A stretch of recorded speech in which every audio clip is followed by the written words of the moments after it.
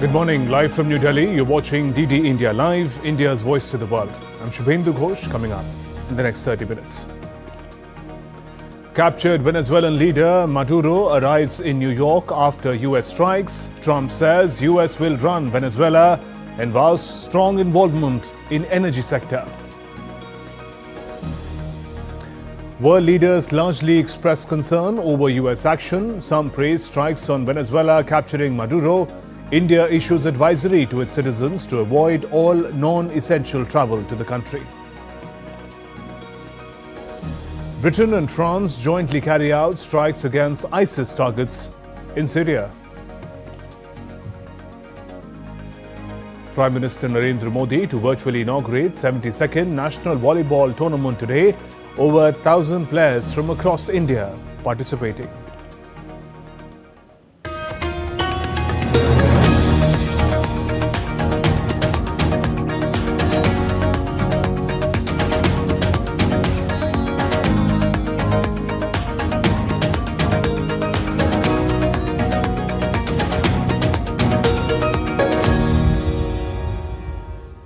Venezuelan President Nicolas Maduro, who was captured by US forces on Saturday, arrived at the Stewart Air National Guard base in New York. Maduro, who was indicted on various US charges, including narco-terrorism conspiracy, is expected to make an initial appearance in the Manhattan Federal Court on Monday. Earlier on Saturday, the US launched a wide-scale air, land and sea military attack on Venezuela, involving at least 150 aircraft. Maduro and his wife were captured and flown out of the country. US President Donald Trump watched live as American forces carried out the military operation that led to capture of Venezuelan leader Maduro. Later, at a news conference in Mar-a-Lago, Trump promised to put Venezuela under American control for now, including by deploying US forces if necessary. We're going to run the country until such time as we can do a safe, proper, and judicious transition. So we don't want to be involved with having somebody else get in and we have the same situation that we had for the last long period of years. So we are going to run the country until such time as we can do a safe, proper, and judicious transition. And it has to be judicious because that's what we're all about. We want peace, liberty, and justice for the great people of Venezuela. Trump also said the US will look to tap Venezuela's massive oil reserves, recruiting American companies to overhaul the gutted industry and use American troops for security. We're going to have our very large United States oil companies, the biggest anywhere in the world, go in, spend billions of dollars, fix the badly broken infrastructure, the oil infrastructure, and start making money for the country. From bus driver to president, Nicolas Maduro's journey reflects complexities of Venezuela's modern history. A close ally of Hugo Chavez, he rose through the union activism, foreign diplomacy before assuming the nation's highest office. His tenure had faced economic challenges, mass migration, criticism from human rights groups. Following a recent US strike on Caracas, Maduro's capture has drawn global attention, raising concerns over regional stability and energy markets. DD India's Rahul Upadhyay gets us more.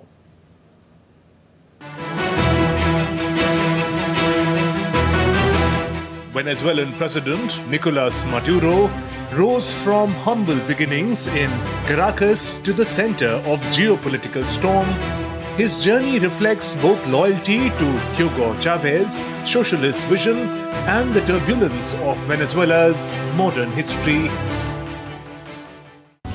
Maduro was born in 1962 in a working-class leftist family in Caracas. Influenced by his father, a trade union leader, he entered labor activism early. In the 1980s, he worked as a bus driver while organizing transport unions. His political training in Cuba and support for Hugo Chavez's failed 1992 coup cemented his role in the Bolivarian movement. By 1999, Maduro was elected to the National Constituent Assembly, where he contributed in drafting Venezuela's new constitution. He later secured a seat in the National Assembly, rising to Speaker in 2005. From 2006 to 2013, he served as Foreign Minister, strengthening ties with Russia, China and Iran.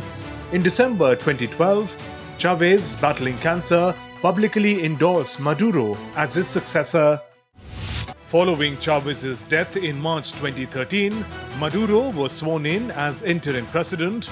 He narrowly won the April election against Enrique Capriles, sparking demands for a recount. His presidency has since been marked by economic collapse, hyperinflation, food and medicine shortages, and mass migration. While critics blame corruption and mismanagement, Maduro insists US sanctions and economic warfare are responsible. Maduro secured re-election in 2018 amid allegations of fraud, and in 2024 claimed victory in another disputed vote. Beginning a third term in January 2025, human rights groups accuse his government of repression, including arbitrary detentions and violations of civil liberties. The US-Venezuela conflict escalated sharply in 2025. Washington seized Venezuelan government assets, struck boats accused of narcotics trafficking, and designated Maduro's circle as a terrorist organization. Maduro responded with warnings of declaring a state of emergency and claims of advanced Russian-made air defenses. On January 3, 2026, US President Donald Trump announced a dramatic military strike on Caracas. According to Washington, Nicolas Maduro and his wife, Celia Flores, were captured and flown out of Venezuela.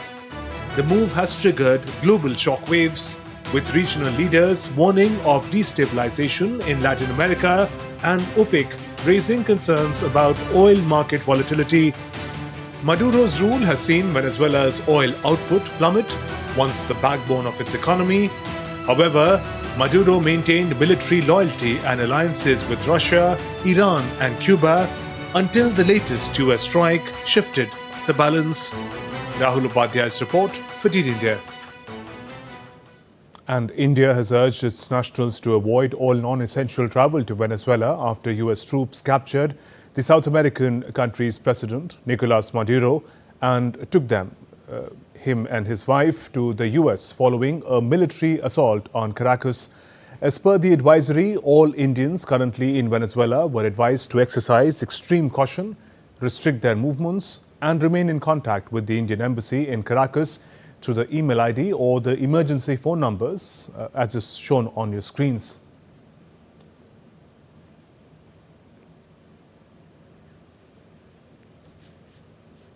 Meanwhile, the world reacted to the US strikes in Venezuela, capturing Maduro on Saturday. French President Emmanuel Macron praised the US removal of Venezuelan leader Nicolas Maduro and said the transition must be peaceful, democratic and respectful of the will of its people. German Chancellor Friedrich Merz called for legal assessment of the US strikes on Venezuela complex. Britain and France's air forces conducted a joint operation on Saturday evening to bomb a suspected underground arms cache previously used by the Islamic State group in Syria. British Defence Secretary John Healey described the strikes on Saturday as part of ongoing efforts to prevent Daesh from rebuilding its capabilities and spreading what he called its dangerous and violent ideologies. Western aircraft have been conducting patrols to stop a resurgence of the Islamist militant group that ruled parts of Syria until 2019. Britain said intelligence analysis identified an underground facility believed to be used to store weapons and explosives in mountains north of Palmyra. Britain said the area was devoid of any civilian habitation before the attack and that all its aircraft had returned safely. Britain said it used Typhoon FGR-4 combat jets to bomb the target, supported by a Voyager refueling tanker. In other news, North Korea has fired a ballistic missile towards the sea off its east coast. South Korea's Joint Chiefs of Staff said in a statement on Sunday. According to Japan's Ministry of Defense, the missile is believed to have already fallen. The last time Pyongyang tested its ballistic missile was in November. North Korean leader Kim Jong-un called for more than double the production capacity of tactical guided weapons on its latest visit to a munitions factory. The first launch of North Korea's ballistic missiles in 2 months comes as South Korean President Lee Jae-myung will make a state visit to China starting Sunday, where Seoul has said peace on the Korean peninsula would be discussed. In recent weeks, Kim has made a series of visits to factories that build weapons, as well as a nuclear-powered submarine, and has overseen missile tests ahead of next year's 9th Party Congress of the Workers' Party, convened to set out major policy goals. The managers of the Swiss ski resort bar, where dozens died during a fire at a New Year celebration, are under investigation for negligent manslaughter. Authorities in the southwestern Swiss canton of Wallis said in a statement that a criminal investigation has been opened against the bar managers. Police also said on Saturday they had so far identified 8 Swiss nationals killed in the fire, all under the age of 24 and 2 of them just 16 years old. Italian media reported that 3 Italians had also been identified as among the dead, citing the Italian ambassador. 6 of those injured in the fire also remain unidentified, police informed on Friday. French couple Jacques and Jessica Moretti owned and managed La Constellation Bar in Crans, Montana, which was crammed with young partygoers when blaze began in a packed basement on Thursday. 40 people were killed, 119 injured, most of them seriously. In now updates from Yemen, the key eastern port city of Mukalla has been recaptured by the Saudi-backed Yemen internationally recognized government. In a statement, military of the Saudi-aligned government announced that all military and civilian facilities in Mukalla had been secured by Riyadh-backed forces. The city Mukalla, capital of Hadramaut province, had fallen last month into the hands of UAE-backed southern separatists. On Saturday, the Saudi-led coalition hit back against a sweeping advance by the UAE-backed Southern Transition Council, threatening a major confrontation. Pro-Saudi forces also took control of Yemen's Seyun International Airport. Meanwhile, Saudi Arabia called for a comprehensive conference in Riyadh to bring together all southern factions of Yemen to discuss just solution to its southern cause. In Berlin, tens of thousands of homes will be without electricity until January 8th as authorities struggle to repair power cables seriously damaged in a suspected arson attack. The authorities said that some may also be without heating as the outage has affected local systems. Emergency services were alerted early on Saturday that several high-voltage cables on a bridge across the Tellau Canal in southwestern Berlin near a power plant had gone up in flames. Grid operator Stormetz Berlin said while some electricity will be restored by early Sunday, around 35,000 households are expected to remain without power until Thursday afternoon due to extensive damage. It added some 2,200 commercial entities were also affected and mobile phone services and landlines might also be impacted. Police says that they are investigating the incident. Winter weather hit Germany, bringing sunshine and ice skating in Munich, while Berlin saw heavy snow, grey skies and strong winds, turning the city into a winter landscape. The German Weather Service said conditions in Berlin and Brandenburg are expected to remain largely the same for now. A storm system over the Baltic Sea is continuing to draw in cold air, bringing snow, frost and strong winds, with freezing weather set to continue. Authorities have issued weather warnings cautioning that roads could become icy and drifting snow may occur due to gusty winds. People were seen enjoying the snow, building snowmen, sledding and having snowball fights in Munich. And still to come on this edition of TT India Live. It's World Braille Day today.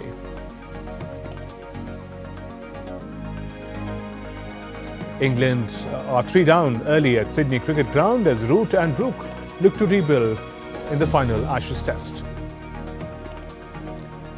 China welcomes 2026 with firework displays and molten iron fireworks in three-day show.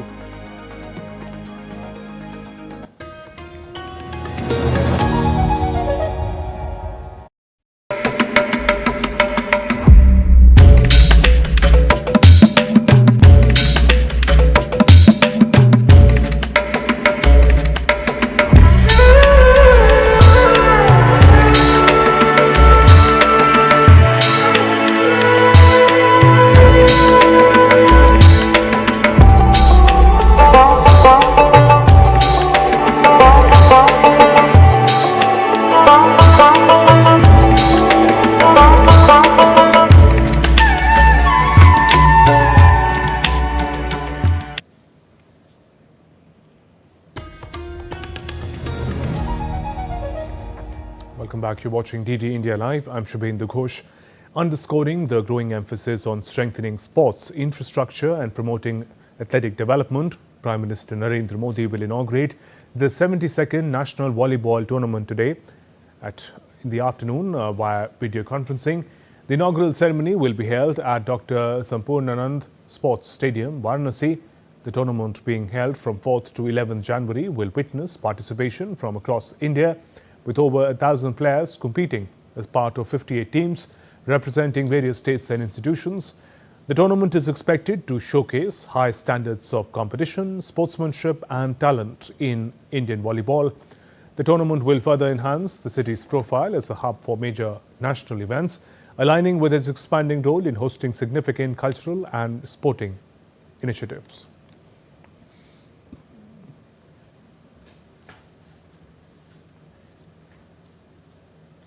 Some weather update. A severe cold wave accompanied by dense fog conditions continue to affect large parts of north, central and eastern India on Friday, disrupting daily life and transport services, while heavy snowfall persisted in higher reaches of Jammu and Kashmir.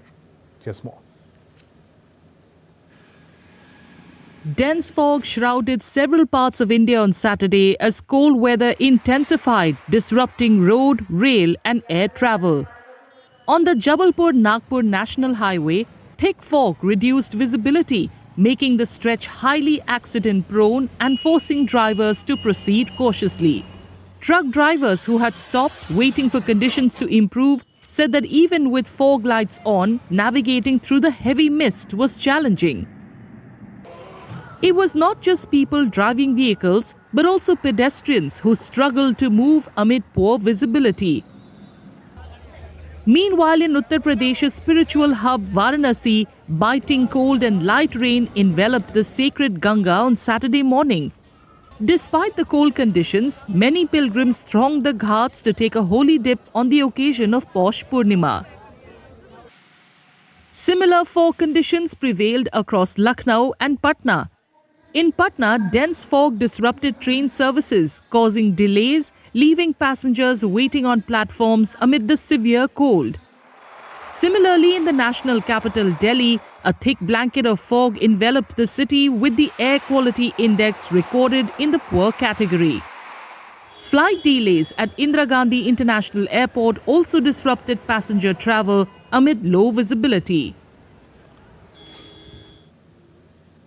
Today is World Braille Day. The day is dedicated to millions of visually impaired people for whom Braille is a medium of education, independence and dignity.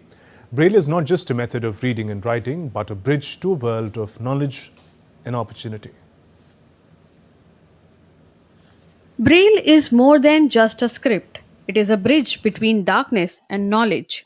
Based on 6 raised dots and read through touch, Braille was invented by Franz Louis Braille, whose birth anniversary is observed as World Braille Day. Louis Braille ने Braille बना के बहुत ज़्यादा योगदान दिया, एक बहुत बड़ा योगदान दिया है, क्योंकि जब टेक्नोलॉजी थी ही नहीं, हम टेक्नोलॉजी के बारे में सोचते भी नहीं थे, उस टाइम पे उन्होंने ब्रेल का आविष्कार किया और इससे जो विजुअली इम्पेयर्ड लोग थे उन्हें पढ़ने लिखने में सुविधा हुई. In India, for millions of visually impaired people, Braille continues to be a lifeline to education and learning. Each raised dot carries not just letters but hopes, dreams, and independence. मेरी सारी पढ़ाई में मतलब जितना भी वर्क है सब मैं ब्रेल में करती हूँ। और रीडिंग तो मतलब मुझे ब्रेल बुक्स रीड करने का बहुत ज़्यादा शौक है, तो मुझे बुक्स भी रीड करना बहुत पसंद है। सरकार को भी यह ज्ञात होने लगा है कि एक दृष्टिहीन बच्चा भी पढ़ सकता है, और इस चीज़ को देखते हुए सरकार ने बहुत सारे कार्यक्रम आयोजन किए, जैसे विद्यालय में स्पेशल बच्चों के लिए ब्रेल बुक प्रोवाइड करवाना, ब्रेल, स्टाइलर, शीट, स्टिक जिसे हम केन भी कहते हैं, ये सभी चीज़ें अब धीरे धीरे वो प्रोवाइड करवा रही है। Today, Braille goes beyond the pages of books, from chessboard to Ludo games. Raised markings allow visually impaired players to compete with confidence and equality. From the Act, the RPD Act, blind people have got a lot of, you can say, privileges and benefits, like reservation in education, scholarships, and reservation in jobs as well. And then government has also kind of created many programs to help the person with disabilities, including the blind. For example, they have set up many braille presses all over the country and also modernized them. At this time, they are also running a project to kind of make more and more books accessible to the blind as well. In everyday life, Braille quietly empowers independence. From elevator buttons with raised symbols to magnifiers and large print text for low vision, accessibility opens door to self-reliance. And standing beside them at every step is a white cane, a symbol of strength and mobility, guiding visually impaired people towards a safer and more confident future. World Braille Day reminds us that to create an inclusive society, we need accessible education and truly inclusive environment. This is Manisha Sharma with me, my colleague Dipali, and camera person Sunny Kalra from DD India, Delhi. Saudi Arabia's finance minister has approved the kingdom's 2026 borrowing plan with financing needs of about 57.86 billion US dollars. As the Gulf country pushes ahead with its economic diversification plans, the amount is intended to cover projected budget deficit for the 2026 fiscal of around 44 billion US dollars, as well as repayment of principal due in 2026 amounting to over 13 billion US dollars. The world's top oil exporter is more than halfway through its Vision 2030 plan that calls for hundreds of billions of dollars in government investment to cut its economic dependence on hydrocarbon revenue. The domestic debt market is expected to contribute 20% to 30% of total borrowing for 2026, with the international debt market contributing between 25 to and 30%. Let's turn to sports. England's innings is unfolding under pressure at the Sydney Cricket Ground in this final Ashes Test. After winning the toss and batting first, the visitors have slipped to 86 for the loss of 3 wickets in 21 overs till now. Ben Duckett looked fluent for his 27 before edging to carry of Stark. Zach Crawley managed 16 but was trapped LBW by Nasir, and debutant Jacob Bethel fell for 10 against Boland. Now Joe Root and Harry Brook are at the crease, trying to steady things as Australia seamers keep probing. The atmosphere feels tense, with England searching for stability while Australia push hard to tighten their grip early in the deciding contest.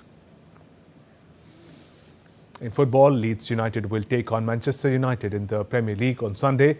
They will look to boost their hopes of survival with a strong performance in this match.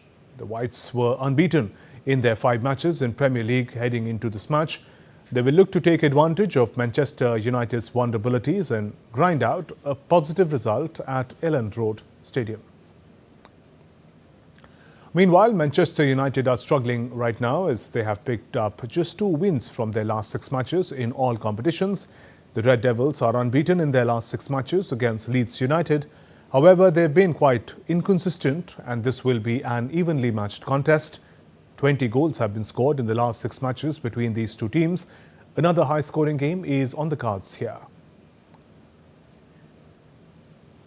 Fireworks lit up the night sky during the ongoing New Year holiday from Thursday to Saturday A theme park in Huan, East China's Jiangsu province, has wowed visitors with dazzling firework displays in the sky and molten iron framework show, which involves splashing molten metal to create sparkling streaks of light on water.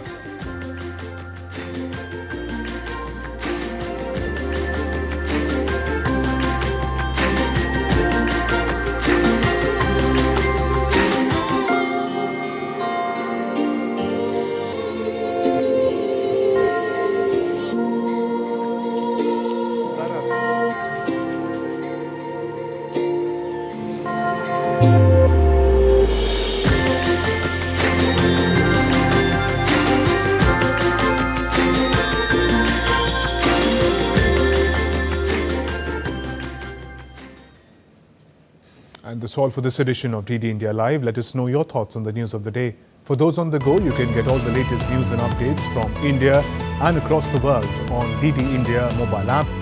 This app is available on both Android and iOS platforms. You can scan this QR code on your screens and download now. We'll be back with more news as it breaks here on DD India. I'm Shubhendu Ghosh from all of us here in Delhi. Thanks for watching DD India Live. Namaskar.